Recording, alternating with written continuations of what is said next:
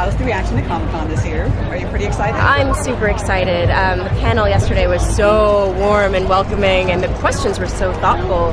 The fans are really smart.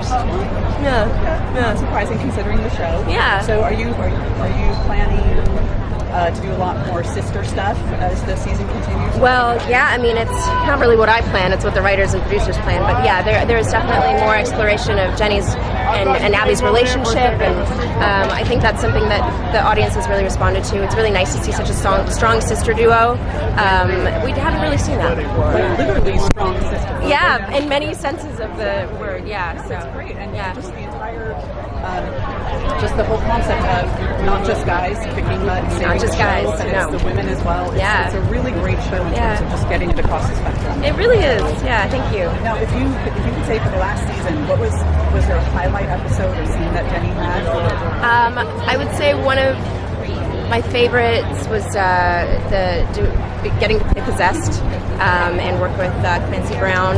I really loved doing that possession scene. And that was a great episode for me as well, because I felt like Jenny and Abby really connected for the first time when the demon was finally exorcised, and Jenny and Abby really finally sort of took a breath and took a hug, and that was really important for Jenny. So they really connected again. Yeah. I mean, Jenny is a unique representation of people on television who are identified as having mental illness, and so I'm wondering, like, what your thoughts are on that role and kind of how that plays into your reading of the character. It's a very good question. It's interesting because Jenny has, she's misrepresented, and there was a scene that was cut, unfortunately, from 106, where Jenny has a really good friend in the asylum, and I really wish that we had shown a bit more of that world, because I think that it's important. I volunteered in mental health facilities in Toronto to realize that these are problems that everyone can face, and they're not so. There shouldn't be things that we don't talk about. There should be things that are accessible, and I think that the more that we have a dialogue, the better we will be able to understand these issues.